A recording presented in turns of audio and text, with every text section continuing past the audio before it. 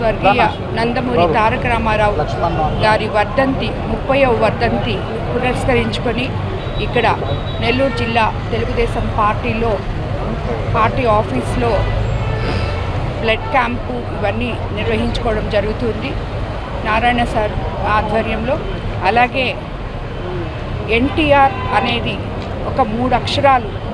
ఈ 3 అక్షరాలు ఆయన పరమదించి 30 సంవత్సరాలైనా కూడా ఈరోజు ఇంకా సజీవంగా అలాగే నిలిచి ఉంది అంటే ఆయన ప్రజల పట్ల, ముఖ్యంగా పేద ప్రజల పట్ల ఆయన చూపిన అభిమానం, తెలుగు జాతి పట్ల, నిద్రపోతున్న తెలుగు జాతిని నిద్ర లేపి వాళ్ళ ఆత్మ గౌరవాన్ని మరోసారి గుర్తు చేసిన విషయం మనకి ఈరోజు అర్థమవుతుంది. ఎందుకంటే మనిషి ఉన్నా లేకున్నా మనుషులు పుడుతుంటారు, పోతుంటారు. కానీ పుట్టిన మనిషి పరవదించి 30 సంవత్సరాలైన ఈనాటికి ఆయన్ని ఒక దేవుడిగా పూజిస్తున్నాము అంటే ఆయన గొప్పతనం ఆ విషయంలోనే అర్థమవుతుంది.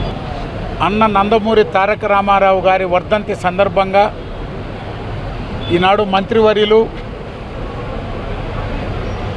నందమూరి తారక రామారావు గారి అభిమాని డాక్టర్ పొంగూరు నారాయణ గారి ఆధ్వర్యంలో రక్తదాన శిబిరం, అదేవిధంగా నందమూరి తారక రామారావు గారి వర్ధంతి సందర్భంగా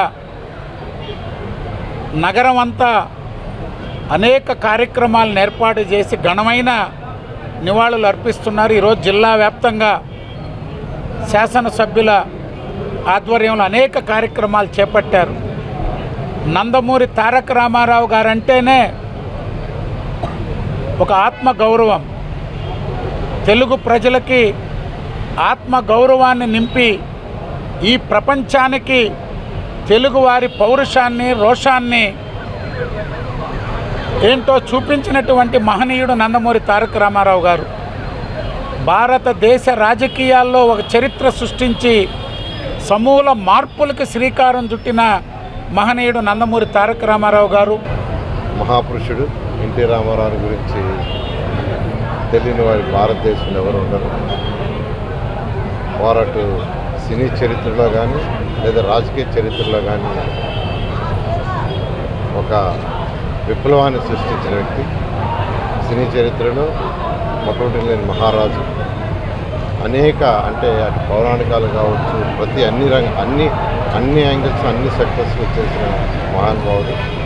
అదేవిధంగా రాజకీయాల్లోకి వచ్చి 9 నెలల్లోనే సీఎం కావటం, ప్రజలకు కూడు గుడ్డ నీడ ప్రతి ఒక్కరికి కూడు గుడ్డ నీడ ఉండాలని దానికి రావటం, 2 రూపాయలకే కిలో జనతా వస్త్రాలు, ప్రతి ఒక్కరికి ఇల్లు ఉండాలని ఆ రోజు మొదలుపెట్టిన మహానుభావుడు. ఆ ఉద్దేశంతో ఈరోజు గౌరవనీయ ముఖ్యమంత్రి గారు కూడా ప్రతి ఒక్కరికి ఇల్లు ఉండాలని క్వాలిటీ ఆఫ్ హౌసెస్ ఈరోజు ఇస్తున్నారు.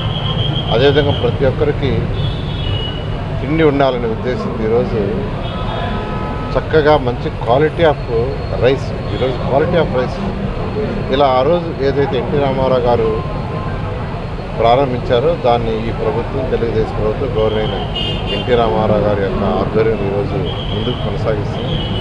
అలాంటి మహానుభావుడు ఎంతోమందికి యువకులకు రాజకీయంగా ప్రవేశించాడు.